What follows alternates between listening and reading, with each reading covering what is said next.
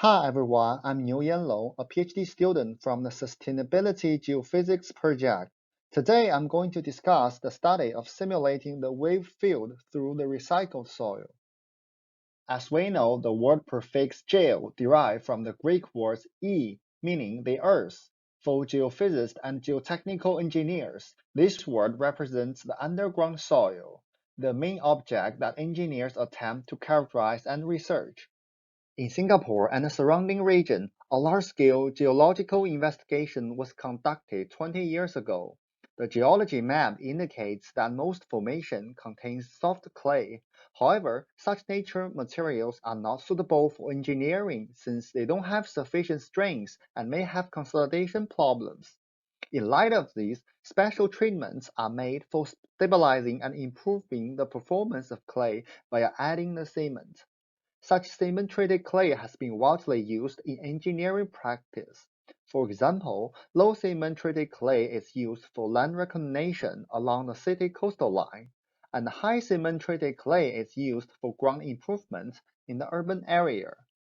Monitoring the condition of the improved ground is thus becoming an essential task, since they are related to human safety and asset security. The problems arise simultaneously due to the unique feature of ground improvement work. In reclaimed land, the treated zone is wild, so the destructive borehole tasks take quite a lot of time and cost. In urban environments, the acquisition space is usually limited and sometimes even unavailable. Under these circumstances, the conventional geotechnical methods may not be able to solve these problems. And at the same time, geophysicists develop many non-destructive technologies for soil characterizing on a large scale. Nevertheless, these methods are usually used for nature soil, and the acquisition equipment lacks customization in engineering scenarios. Our research will combine both geotechnical engineering with modified geophysical methods to carry out this interdisciplinary research. We can foresee a promising future in this domain, although high-level challenges exist in seismic data acquisition, processing, and analysis. Various methodologies have been carried out for soil profiling. Seismic wave test is a common non-destructive survey that engineers use for underground exploration because of the high efficiency and low cost. They developed fast in recent years with the appearance of advanced equipment and special design for engineering purposes. The surface wave had been widely used in geophysical and geotechnical engineering domain. Surface wave refers to certain types of wave that propagate along the free surface. Longer wavelengths influence the deeper portion of the Earth. On the other hand, surface wave velocity is frequency dependent, meaning that different wavelengths lead to different wave velocity. Combining the recorded seismic wave signal, we can evaluate the underground information in terms of the dynamic soil properties. The procedure of surface wave measurement is to generate the artificial seismic on the surface ground and receive the signal via multiple detectors.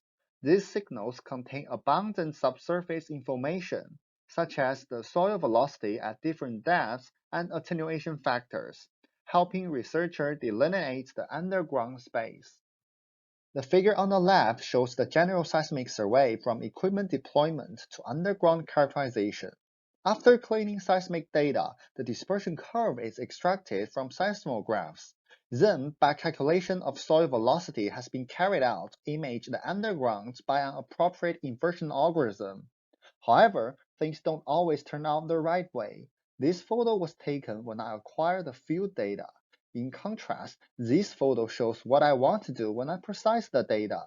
The field data quality is usually different from our theoretical assumptions due to many factors, such as the field noise and soil model complexity. Multiple noises may occur during any procedure. They are mainly from the ambient noise, acquisition geometry layout, and equipment response. We can optimize the data acquisition strategy to improve the quality of field data. As for the field complexity, the actual soil condition may not satisfy the elastic properties and layer model assumptions. The analytical solution may not be applicable under such circumstances. The numerical simulation could be an alternative approach that helps the engineer evaluate the complex ground conditions. The dynamic analysis for underground soil is described as the composition of a single degree of freedom system for time-dependent movement of a volume under the influence loading. This research uses the Plexus finite element program to model the full wave field based on implicit method. For each element, the equation is described as follows in a matrix format. The mass times acceleration plus the damping times the velocity plus the stiffness times the displacement equals to the right side, which corresponds to force function that varies with time. To be more specific, C represents the material damping for simulating the energy dissipation and formulated as a function of mass and stiffness matrix. This damping matrix is determined by alpha and beta. To simulate the finite element, we assume the elastic behaviors for the constitutive soil model, since the mechanic wave we generate only makes the ground deform in a small strain range. So we assign these elastic parameters for soil. In the model, we follow the case for the conventional seismic survey, which is an artificial dynamic load generating on free surface that covers the study area. The numerical setting follows our actual field acquisition layout. We use the Raker wavelet with 50 Hz dominant frequency as impact source and select the record point with 2-meter spacing to represent the real geophone data, the equipment we use to measure the ground vibration in field test. In order to prevent the effect of spatial aliasing, 0.5-meter receiver spacing is selected in our numerical simulation.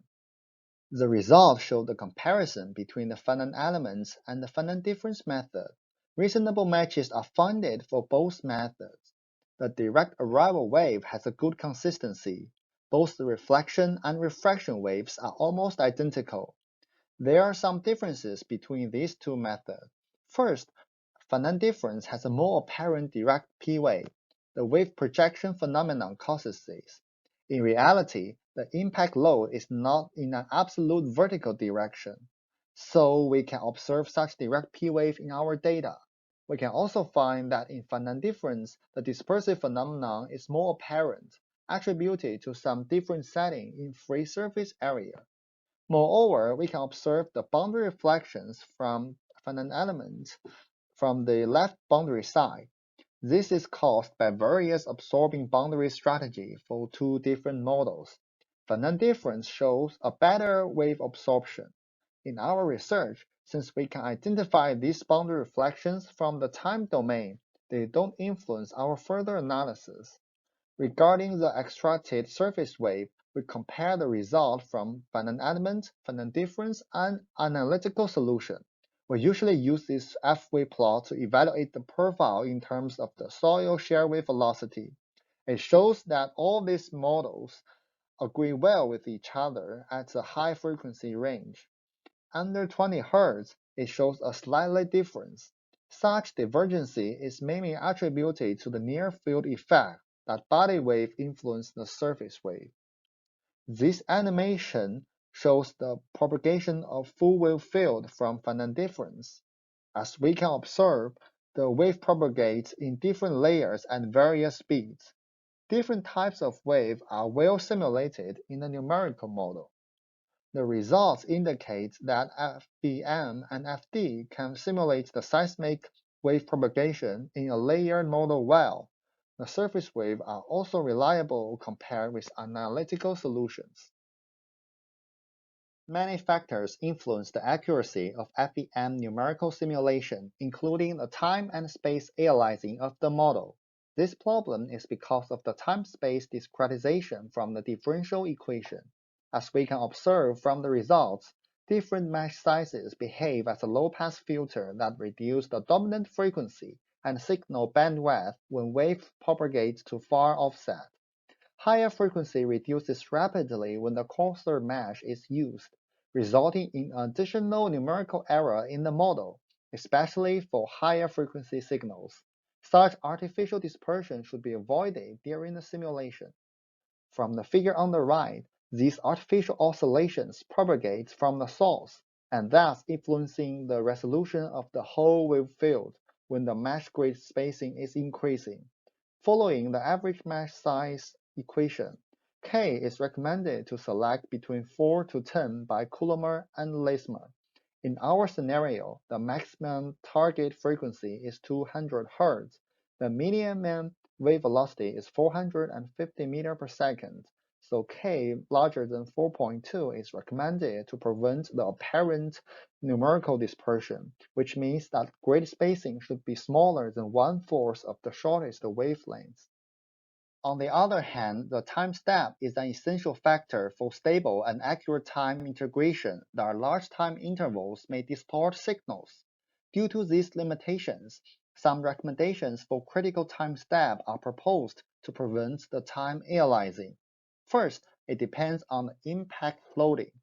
Second, it depends on the grid size and the maximum frequency.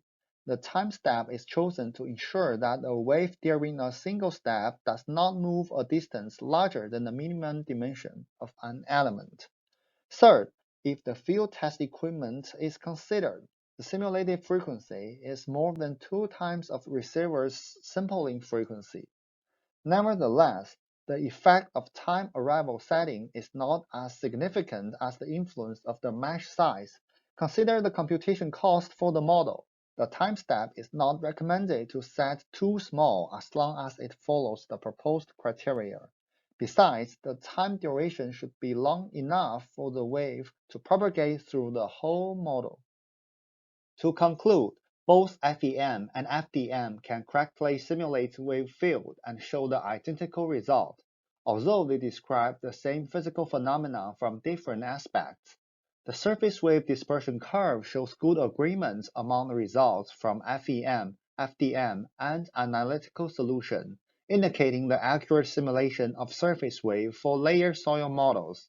For dynamic analysis, additional requirements are needed to find an appropriate mesh to the problem. Coarser mesh behaves as a low-pass filter that masks out the high-frequency signal during the wave propagation. Numerical simulation accuracy is mainly influenced by the mesh grid size and time step. The influence of mesh spacing is more sensitive compared with that of the time step. We will conduct the geophysical field test on the reclaimed land and mixing soil site in our future work. Meanwhile, we also plan to design the lab-scale test system to monitor the properties change of the recycled soil. If you're interested in our group's research, please like and subscribe to the SJP channel and click the bell icon to get new video updates. Thanks for your listening.